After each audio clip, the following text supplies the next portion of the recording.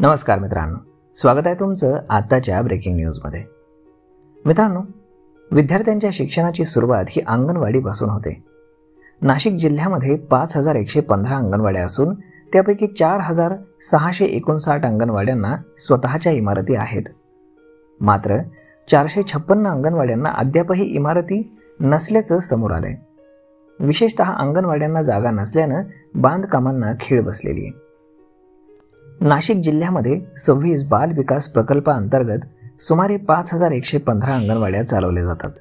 यामध्ये आदिवासी क्षेत्रांमध्ये 2319 तर बिगर आदिवासी क्षेत्रांमध्ये 2966 अंगणवाड्या आहेत।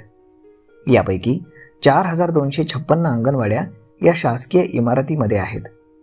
राज्य शासनाकडून अंगणवाडी बांधण्यासाठी जवळपास 6 लाख रुपयांचा निधी दिला जातो। मात्र जागेअभावी अंगणवाडी बांधता येत नाही। इमारत नसल्यामुळे अंगणवाडीमध्ये जाणाऱ्या मुलांना समाज मंदिर, खाजगी खोली, ग्रामपंचायतीच्या खोल्या किंवा प्राथमिक शाळांच्या खोल्यांमध्ये बसावं लागतं। काही गावांमध्ये अंगणवाड्या भाड्यांच्या खोलीमध्ये राहतात।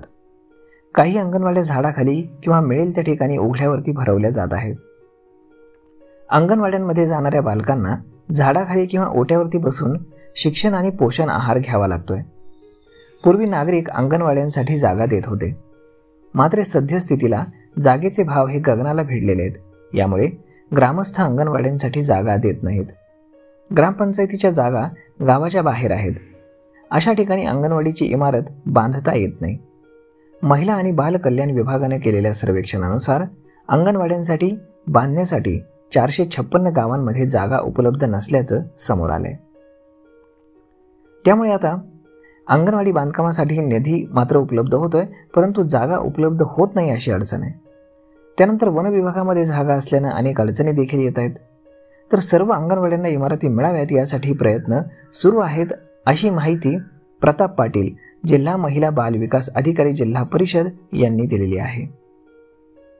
तर त्यांनी सांगितलंय की आम्ही लवकरात लवकर सर्व अंगणवाड्यांना स्वतःचं अंगण देऊ म्हणून। तर मग आता हे पाहणं जास्त गरजेचं आहे की चिमुकल्यांना त्यांच्या स्वतःची हक्काची इमारत कधी मिळते ते। तर मग भेटूयात पुढच्या एका नवीन व्हिडिओमध्ये। तोपर्यंत तुम्हाला हा व्हिडिओ कसा वाटला हे तुम्ही आम्हाला कमेंट करून नक्कीच सांगा। आणि जर आवडला असेल तर आपल्या जवळच्या मित्रमंडळींसोबत देखील हा व्हिडिओ तुम्ही शेअर करायला विसरू नका। धन्यवाद।